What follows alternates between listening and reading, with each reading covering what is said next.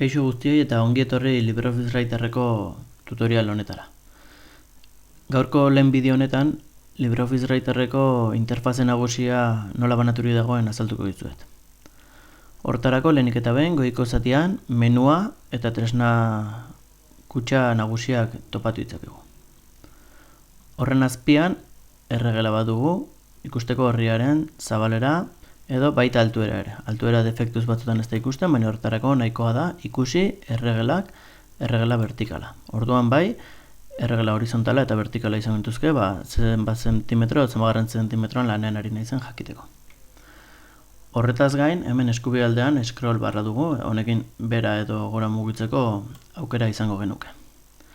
Eta azkenik, hemen azpian, egoera barra dugu. Egoera barra honetan dokumentuari buruzko zenbat informazio topa dezakegu. Adibidez, zenbat orrialde ditugun eta zenbagarnean gauden, zenbat hitz idatzi ditugun edo zenbat karaktere, ze estilo erabiltzen ari garen, ze hizkuntzatan ari garen lanean, autozuzenketak eta sartzeko, eta nola erakutsi nahi dugun orrialdea. Bakarka, binaka, liburu moduan, eta azkenik orrialdearen zuma. Mugituz, orrialdea gertuko durrutiko ikusiko genuke tamaino aldatu gabe. Horiek dira atal nagusiak. Orain pixkanaka oso azaletik atal guztiak azalduko ditut, gero urrungo bideoetan atal hauek askoz ere zehatzago aztertuko ditugulako. Lehenik eta behin menuan programa asko duten bezala fitxategia atela dugu. Bertan fitxategiarekin zerikusia duten gauzatu bat ditzeko. Hau da, fitxategia gordetzeko, esportatzeko, imprimatzeko, berri bat irekitzeko, aurretik sortutako bat irekitzeko. Normalean programa asko izaten dute atal hau, eta hemen ikusten dituzuen aukerak izaten ditu. Baita dokumentuaren propietateak ere. Urrungo atalan editatu atal dugu. Editatu atal honetan, ebaki, kopiatu itxatxi, aukera ditugu, desegin eta berregin, hau da, gauza bat gehiekin badugu, atzera joateko edo aurrera joateko, dokumentuko zatiak aukeratzeko, bilatu eta ordeztu, ikusten duzu aukera gehiago daudela, oraingoz nagusiak azaltzen ari naiz, bale? Behin jakin da, aukera mota bakoitzan non dagoen, gero zerbait behar dugunean, errezago kokatuko gara, bale?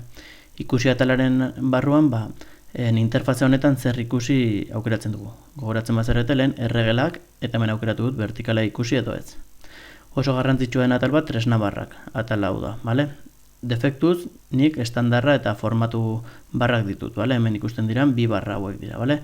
Baina gero zehazki, irudiekin lan egiten dugunean, tresna barra hau gehituko zaigu, taulekin egiten dugunean taularena, bale? Hemen guk ikusi beharko dugu, gure erabileren arabera, ze tresna barra nahi ditugun. Eta bestetik ere, hemen ikusten dira, beste aukera gehiago, bale?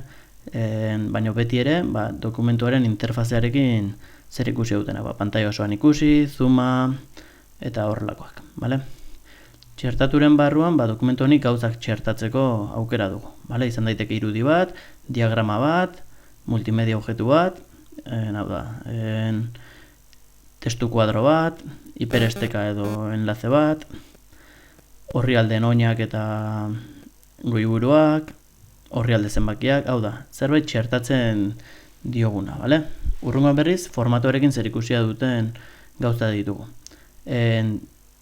Batez ere, karakterekin, paragrafoekin, karakteren itxura aldatzeko, paragrafoena, buletak eta zenbakitza, hau da, zerrendak egiteko, orrialdeen estilo nagusia, hau da, paragrafo bakoitzak ze itxura izan behar duen, zutabetan banatzeko, marka ditzeko, ikusten duzu aukera asko dela, baina mota hontako gauzak formatuaren barruan topa ditzakegu.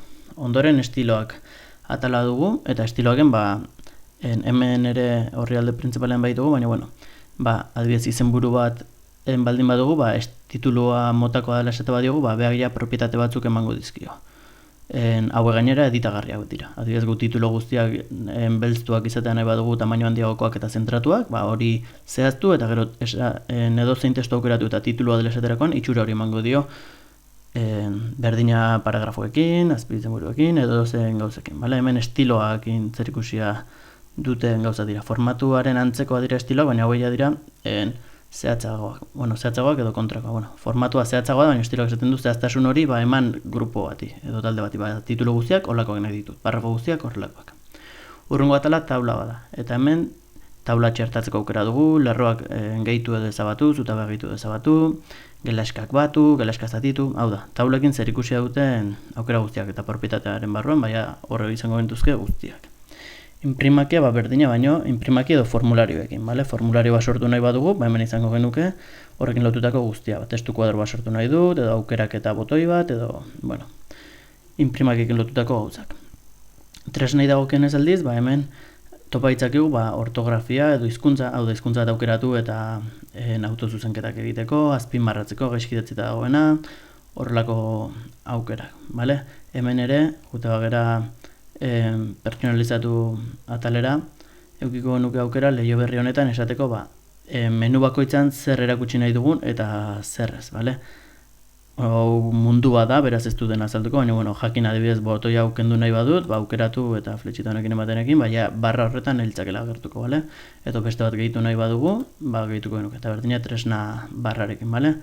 Adibidez, guk egunero txantioiak erabiltzen ditugu, honi eman, eta gure tresna barra horretan txantioiak ere agertuko lirateke, bale? Urrungo aukera, lehioak aukera da. Lehio aukera honetan, lehio bat baino gehiago irikita bat ditugu, behaien artean aldatzeko aukera dugu. Nik aprobos bi lehio irikitut, orduan, hau dokumentu bada eta hau beste bat karakterak, orduan karakterak egite badut, beste lehiora pasako naiz, bale? Orduan, txandatzeko aukera izango genuke, hemen minimizatu eta horrelako gauzak egin gabe. Orduan, Writer interfaza dokumentuarekin jarraituko dut. Eta azkenik laguntza talean, LibreOffice buruzko laguntza, ze bertsio dugun, eta eguneraketak, eta horrelako informazioa izango genuke. Hori menuei dagokienez. Tresna kutxeei dagokienez, bi nagusi kargatzen ditu, lehenengo dokumentuak sortzeko, inprimatzeko, kopiatzeko, gauzak txertatzeko aukera, horrelako gauza topa itzazkegu lehenengo barran. Esan bezala, gero urrungo bideoetan, aukera guzti hauek zehatzago landuko ditugu. Bigarrenean aldiz, formatuarekin zer ikusi dutenak. Hemen aipatutako estiloak ditugu, baita letra mota aldatzeko, tamaina, lodia jartzeko, koloreak aldatzeko, zentratzeko, hau landuko ditugu aurrerago, baina jakin hemen ditugun bi tresna kutxa hauek direla gu gehien erabiliko ditugunak. Erregelan, hemen ikusten duzu, ikusi dezakegu, grisez, zen margen eman diogun horriari, kasu enten 2 zentimetro, bi aldeetan, orduan hemen tartean 17 zentimetro geratzen zaizkigu. Eta altueran ere berdina, 2 zentimetroko margen eman diot, horregatik hemen hasten da, goitik hasita 2 zentimetroan eta ezkerretik hasita 2 zentimetroan. Hori aldatzen badugu, dokumentuan gehiago edo gutxiago idazteko aukera izango dugu. Scroll barra ez da gehiago azaldu behar, baina gora eta bera mugitzeko balio digu. Eta hemen azpian dugun egoera barra honetan, esan dudana. Orrialde bat dugunean, bakarra gertuko, baina zenbat orrialde ditugun eta zenbagarnean gauden, zenbat hitz idatzi ditugun, eta zenbat karaktere, adibidez, noizbait 300 hitzeko testu bat idatzi behar du, hor jongo gara kontrolatzen, ze estilo, hizkuntza, hau ere interesgarria, nola erakutsi nahi dugun horria. Beti pantailan orrialde bakarra nahi dugun, edo bi, bata bestaren ondoan, edo liburu ikuspegia, bale? Kasu honetan horri bat dut eta ez da asko nabarituko, orduan bigarren horri bat sortuko dut.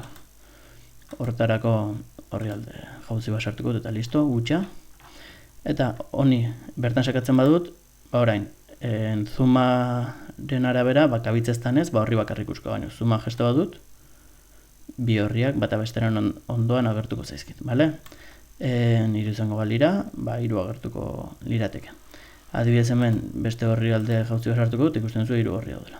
Eta hau berriz, liburu formatoa. Liburu formatoak egiten duena da, batetik portada bat izango dut, eta ondoren orri bat bezala agertuko zaizkit bi orrialdeko urrungo bi horriak, bale? Badakigu guztiok, liburuak idazteko garaian, gero erditi doblatzeko eta ezberdin izaten dela, beraz. Ikusi beharko genuke nola idatzi kasu honetan. Eta azkenik, zooma dugu.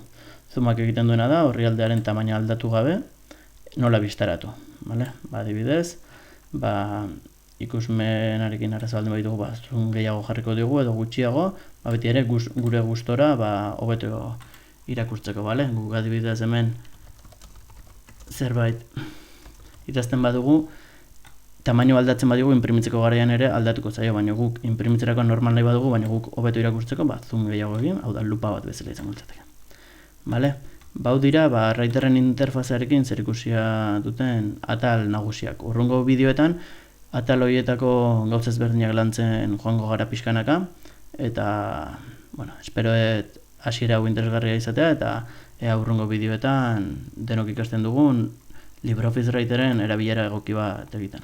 Besterik gabe, ondo izan.